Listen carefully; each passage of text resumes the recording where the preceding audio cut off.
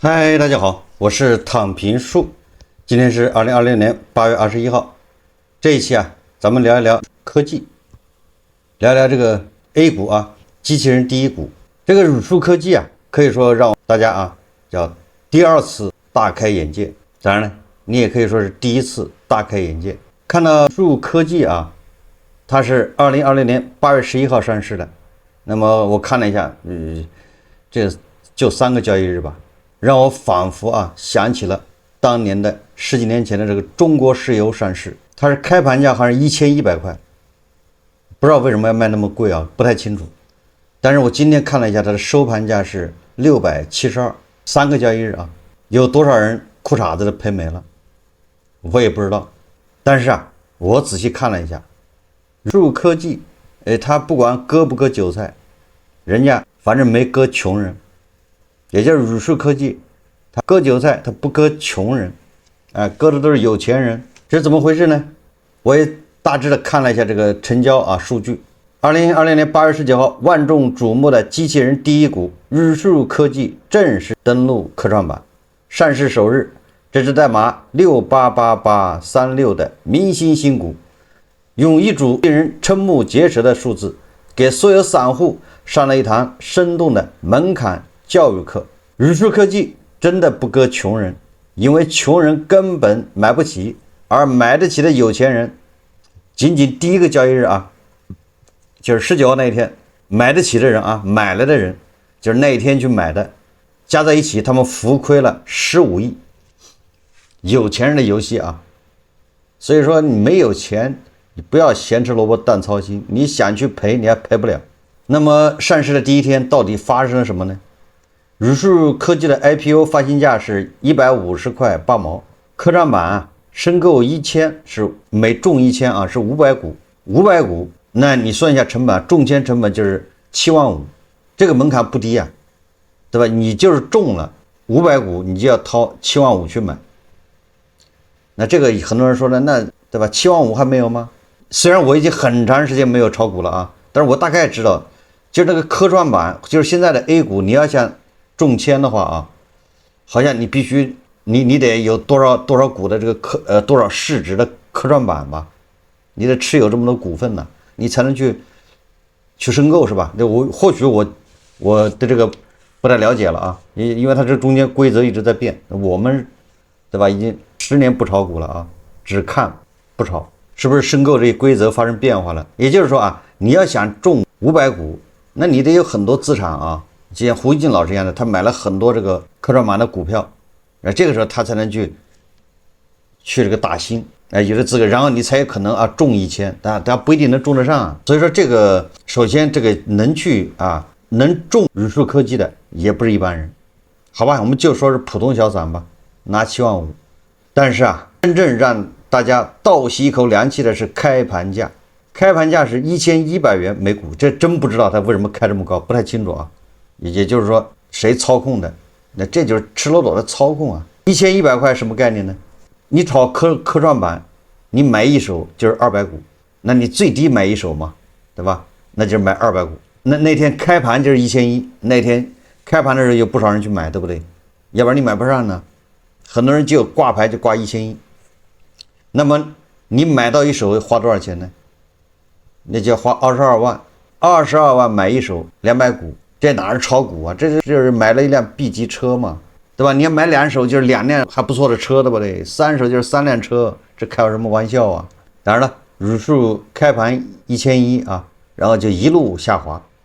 宇树开盘即巅峰1100元是全天最高价真有人成交的有很多人就认为它1100还要往上走，结果不好意思还有很多人中了的1100他不走不卖，认为还要涨。但如果1100卖了，他每中1000就是500股能赚好像将近40万吧。开盘就是最高价，此后股价一路下行，最低触及800元，就是第一天最终收盘是845元。我们假设这个开盘就买进的1100买进的这个人，他不就22万吗？收盘价他当天买，他当天卖不了那845块当天就损失多少？不多你就买了一手当天就损失5万1，亏损幅度23%，你就买了一手。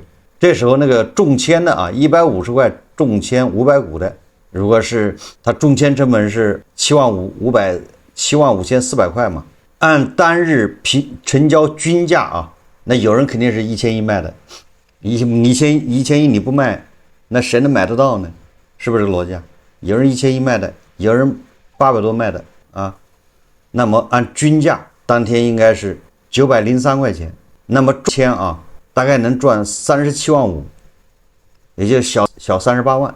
你看最高价卖的对吧？那40多万了，盈利幅度啊500%。所以说啊，中签的人一签赚将近38万，开盘冲进去的人一手亏掉5万，而能在开盘价买入一手的人，账户里至少要有22万的现金，这还不算其他的持仓，也就是这个。所以说能进去亏钱的人不是一般人，对不对？你那个现金就有22万，你才能买一手啊。完了你还有其他股票呢，你加到一起还不得30万50万的至少啊。科创板它有门槛要求吧，所以它割不了普通人啊。整体测算就是8月19号开盘第一天第一个交易日，去买的人接盘的人到底亏了多少钱呢？咱们刚才算的是一手的啊个例，真正问题是8月19号当天231.6亿元成交额背后，所有在高位接盘的资金整体浮亏多少呢？经过测算啊，咱们反正大概这个在15亿左右，按照均价902成交啊，也就是说啊，8月19号这天，所有在二级市场买入宇树科技的投资者，到收盘时账面合计把它加到一起，亏损了近15亿元。那天一共成交135万股，开盘集合竞价以1100元，全天最高价成交135万股，成交额14.88亿元。这批投资者是8月19号最精准的接盘侠，他们以全天最高价买入，到收盘每股亏损255元，合计浮亏3.45亿元，亏损幅度达到了23%。所以说啊，上市第一天呢就搞了这么个血案，仅集合竞价这一批接盘者就贡献了整体浮亏的23.3%，而他们的成交量只占总成交量的5.3%。真正的是以1当4，宇树科技流通 A 股一共是3008万股啊，首日成交量2565.8万股，什么意思啊？也就是交易日的第一天啊，第一个交易日换手率就达到了85%，也就是上市第一天能卖的股票啊，100股里面85股都卖掉了，能卖的还有这个15股他不卖，他还看好，对不对？剩下的那些是被叫什么禁售啊，是不能动的，能动的85%都已经卖掉了，换人，对吧？还有15%是自己拿着的，因为他成本低，他150拿的，他不着急，他准备涨到4000，对不对？5000、6000，怎么就不可能呢？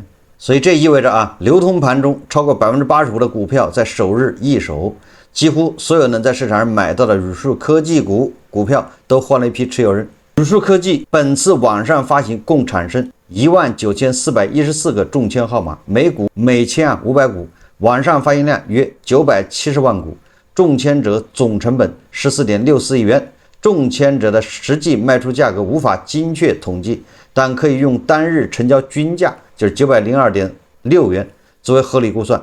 毕竟中签者卖出行为分散在全天各个时段，均价是相对公允代理变量。按照估算啊，中签者卖出总市值约87.62亿元，合计盈利73亿元，也就是73亿，落袋为安啊。人家含泪把钱收了，中签者中了73亿赚啊，接盘者就是第一天啊冲进去的，接盘的人亏了15亿，接盘者每亏1块钱，中签者赚5块。当然了，中签者的盈利并非全部来自接盘者的亏损，中签者的成本是150元，即使股价跌到800元，中签者依然大赚。真正贡献利润的是那些在900元以上接盘的资金。为什么说宇树科技不割穷人呢？这不是一句调侃，而是一个残酷的事实。第一个是门槛决定受众，科创板一手200股，开盘价1100元，一手22万的门槛，天然就过滤了绝大多数散户。A 股散户平均账户规模是多少啊？就是咱们2.4亿是吧？现在2.8亿，这个 A 股的账户平均账户才10几万，按照这平均值啊，你连买一手这个宇树科技都买不了。所以说宇树科技它没割穷人啊。第二，亏钱的都是有钱人。昨天在集合竞价以1100元接盘的135万股，全天成交额232亿元，整体浮亏15亿。这些在高位接盘的，要么是机构，要么是资金量较大的游资和牛散，普通散户要么中签了在数钱，要么根本买不起在围观。第三个啊，首日振幅惊人，从最高1100元到最低800元，日内最大回撤高达27%。集合竞价买入的投资者到收盘账面亏损23%，这不是割韭菜，这是砍大树。宇树科技作为机器人第一股，承载了市场对人形机器人赛道极高的期待，460%的首日涨幅，说明市场对这个赛道热情是真实的。但开盘即巅峰的走势，也说明当前估值已严重透支。目前啊，宇树科技总市值啊2000多亿啊，3000亿，对于一个擅长商业化早期的机器人公司来说啊，这个估值需要很多年的业绩来消化。所以啊，宇树科技啊，人家没有割穷人，现在割的，根据判断应该是机构和这些牛散，最次也是大户，他们被市场狠狠的上了一课。这是第一天的表现啊，如果就到这儿，那就结束了，无所谓啊。问题是第二个交易日它还跌了18%，第三个交易日呢，就是今天啊，这个交易日它又跌了，现在的收盘价是672。如果3天前啊，它110块追的啊，那现在已经赔了多少了？赔了将近40%，真正的是裤衩子都赔掉了啊。所以说这个科技新贵啊，这个硅基啊，这个东西，这新登资产啊，确实比老登资产要厉害得多啊。老登资产你想赔40%，不好意思，你得等几年，是不是啊？你在北京买套房，你就是2021年买的，那它跌到现在跌了5年才赔40%啊，还没赔到，对不对？你在上海买套房，最高点买的，对吧？你在哪儿买套房，它不是1年能跌40%吧？它得跌5年、4年，跌30%，好了，对吧？这新登资产，这科技新贵3天帮你走完，对吧？你买茅台，你想赔40%，那也得要时间呢，是吧？茅台好像从2021年到高点吧，我21年还是20年，我记得不太清楚，它一直在阴跌啊，跌到现在还没腰斩吗？到现在对吧？4年5年过去了啊，6年，它还没有腰斩呢，快了啊！合着你看这个科技新贵，它不就3天就给你40%干掉了，下周也不知道怎么着，再下周缓一缓，再来往下一跌到600以下，跌到550以下腰斩，这个说明什么事呢？对吧？首先我刚才说了，他不割穷人也无所谓，对吧？穷人咱们就是观望呗，看热闹，也没收你门票，对不对？没收你钱，你就围观就完了。割的那是牛散，那些机构割的好不好呢？割小狗一嘴毛吧，反正不值得同情啊。为什么呢？你1100一股你还追，那不是活该吗？这个宇树科技到底业绩怎么样啊？它那个财报我没看啊，我也不愿意看，对吧？但是我要说的是什么呢？我要说的是它这背后这个现象，实际上是这就是利用了规则的漏洞来割韭菜。什么叫规则的漏洞呢？啊，第一个，宇树科技它是明星股，因为大众啊给予它过多的关注，因为它上了好几次春晚，完了媒体在各种吹，又是杭州的6小龙，对吧？又是这个那个的，好，把这么一个公司啊过度包装，过度的宣传，变成一个我们是对某个行业的寄予希望，对吧？万千宠爱于一身，他就带了光环。然后他的上市啊，我记得就里面就门道比较多啊，对吧？有人说给他开了绿灯，有人说没有，对他进行严厉的这种审核。他上市的时候，发改委就已经认为这个机器人行业，具身机器人行业已经有泡沫了，在发出警告。但是啊，大家也知道啊，任何行业它都有龙头，如果这个龙头啊，如果起步低了，估值低了，那么后面你投的那些公司，你们还赶不上语数机器人呢，或者你比他好不到哪里去，那凭什么给你高估值啊？那些在一级市场，对吧，已经杀进去的这个投了那些企业，他们不开心，他们没有空间，所以市场上就有很多资金啊，他就希望啊，作为大哥，作为明星股，作为机器人的第一股，你必须要把空间打出来，这是市场的一种呼声啊，这就是一级市场的呼声，对吧？我在那个机器人身上我投了4000万，对吧？如果到时候翻个20倍，那我不就财富自由了吗？那我希不希望呢？那我肯定希望语数这个机器人，你不仅要冲上去，你要给我顶住，对吧？我也去拉一手。实际上啊，投资这个语数机器人的啊，语数科技的，都是耳熟能详的，有什么美团呐，还有小米是吧？雷军呐，还有很多人呢，对吧？反正都投了，这些人都是赚得盆满钵满，但呢都是账面啊，因为他到现在为止他也抛不了，他的锁仓3年，看人表演，3年以后多少钱呢？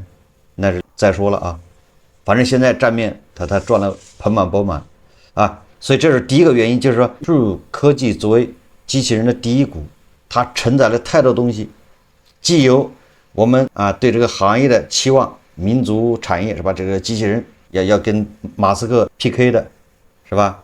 要亲传日，要领先的，又和那些投资人呢，一级市场的机构投资人，他们寄予希望，希望这一炮打响。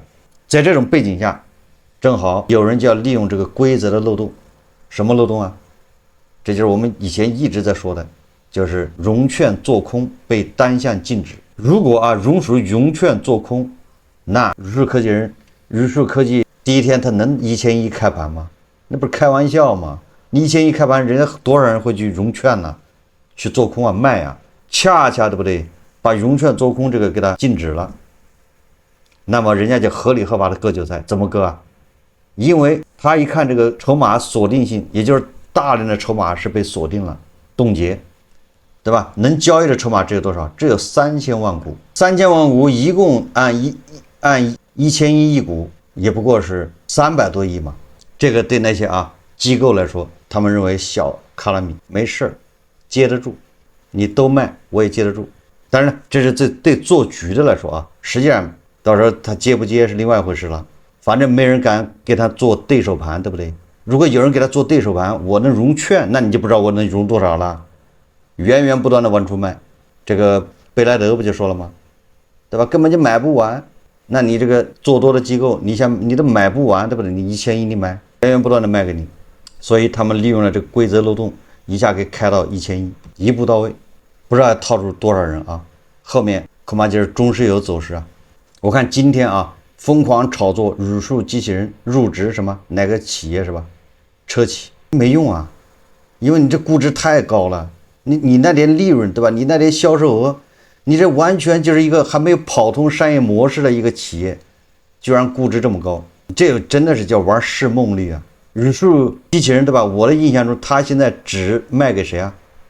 卖给大学里面研究机构，对吧？还有一些生产机器人的也搞机器人的企业买去模仿的，对吧？然后就是有些人把它买去之后编程之后让它用表演，这基本上是用在这个行业，一个是研究，一个是表演。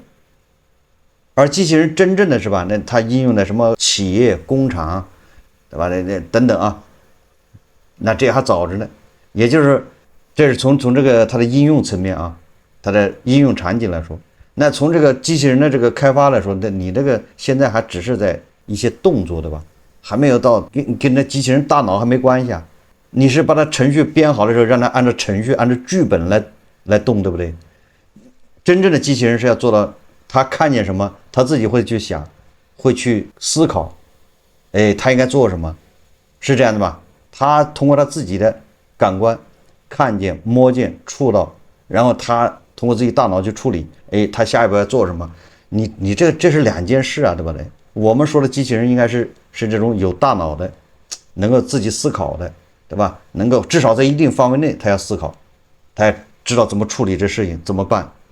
我们是要这种的，不是要你把程序编好，让他在那跳一段舞，对吧？或者把程序编好，让他来给你对白，是吧？来念一段唐诗，你拿这玩意儿，这不就是个大玩具吗？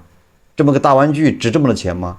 如果是大玩具的话，你就按玩具的这个估值啊。所以说啊，宇树科技它的现在估值，它实际上已经透支了这个，就是我们把它按大脑，对吧？按智能机器人那个来对待了，实际上它根本就没达到那水平。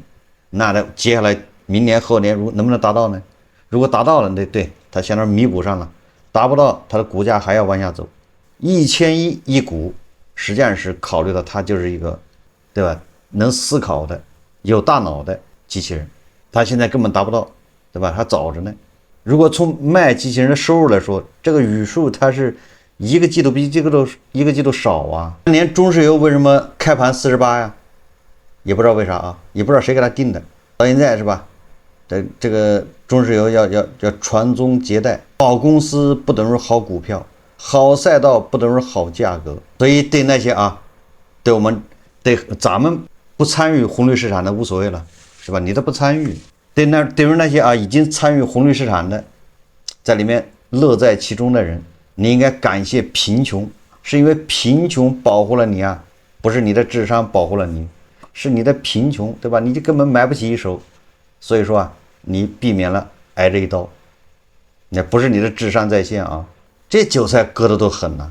这些机构、这些牛散、这些大户，在别的地方零和博弈赚了点钱，对吧？在这儿一把交给人家，让那些中签的人，对吧？一下就赚了40万、38万，一辆好车是吧？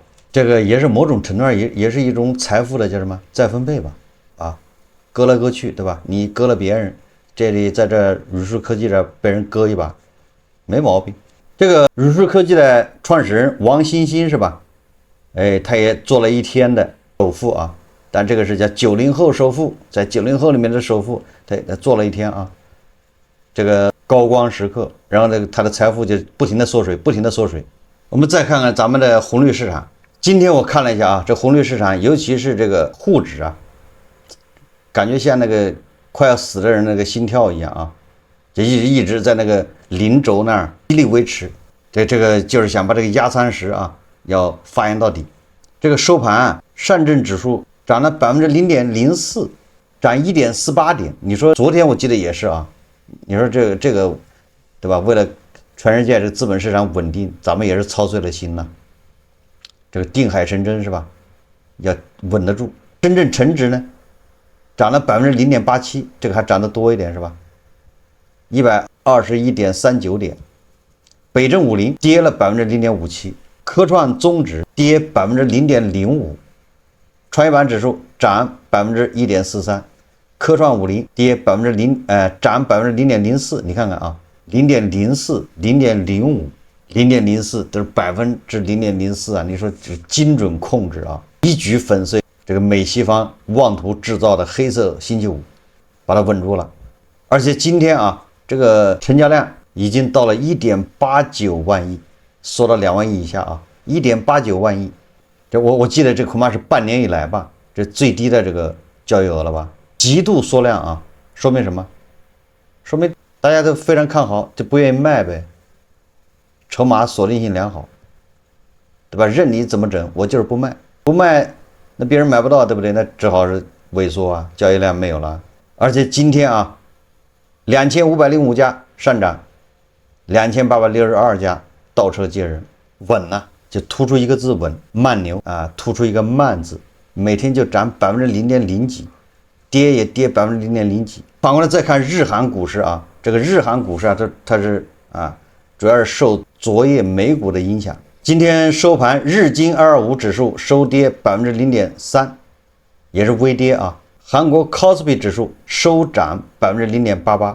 大家有没有发现，在我们大 A 的这个压舱石的震慑之下，日韩股市对吧？它振幅小了吧，对吧？一个是跌0.3%，一个是涨0.8%，这都是破天荒的罕见的啊。那韩国指数动不动就是涨10%啊，对吧？跌12%，它现在变成0.8%，显然是受到了一些教育。日经指数也一样啊，你看跌0.3%，波动没那么大了啊，那都是压舱石的功劳，对吧？天天给它压住，让它毛，我们这个是叫估值之毛啊。为什么说这个日韩指数啊，在我们的带领下稳住了呢？至少今天是吧，没有制造什么黑色星期五这个惨案，一举粉碎啊美国的这个阴谋。为什么？因为昨天啊，美股是暴跌啊，纳指跌1%，道指跌1.31%，那这都是暴跌啊。标普500指数暴跌0.86%，科技七巨头集体下挫。美国的财政部长贝森特，对吧？放言，20亿美元去收购美债，后来说40亿美元，后来又说不排除继续加大力度。结果市场解读啊，说这个美国财政部啊想债市，对吧？因为它后面还发债啊，想救债市，这个心意到了，就大家懂了。美国财政部要救美债，不能任由它继续发展，就是美债收益率不能一路飙升啊。但是啊，市场的解读同时说啊，就是认为你的心意我收到了，但是你的能力是不够的，你想救你救不了啊，对吧？你财政部自己一边发债一边收国债，什么意思啊？那是什么操作啊？你要有这本事，你少发点债，对不对？那40万亿不都是你发的吗？你一边要疯狂发债，一边说我没事，我来收，你拿发债的钱去收债，是这意思吗？所以说市场呢就觉得琢磨一下不对劲，不能被他骗了，所以这个就管了几小时啊，这个美债收益率又上去了。到下周看吧，我估计还是往上飙啊。看今天晚上美股的表现，看看美股是不是又要制造血案。我估计美股啊今天晚上走势恐怕不好看。这个周末啊，对这个金融消费者来说又是一个不太开心的周末，忐忑不安。前几天咱们已经说过了啊，这个未来这个资本市场就要受到2个灰犀牛交替，叫什么混合双打。一个就是科技股到底能不能赚钱，对吧？这不停的有人追问啊，一旦这个全球资本市场它一旦哪天神经病一犯，它马上就暴跌啊。一个是科技股，一个就是美债，有的时候是这2个一起作用，有的时候是单独起作用，就等着吧，交替出现混合双打。所以这个资本市场未来肯定是这个大起大落啊，好自为之吧。好，这期节目咱们就聊到这里，感谢大家收看。如果喜欢我的节目，欢迎订阅、点赞、评论，谢谢大家。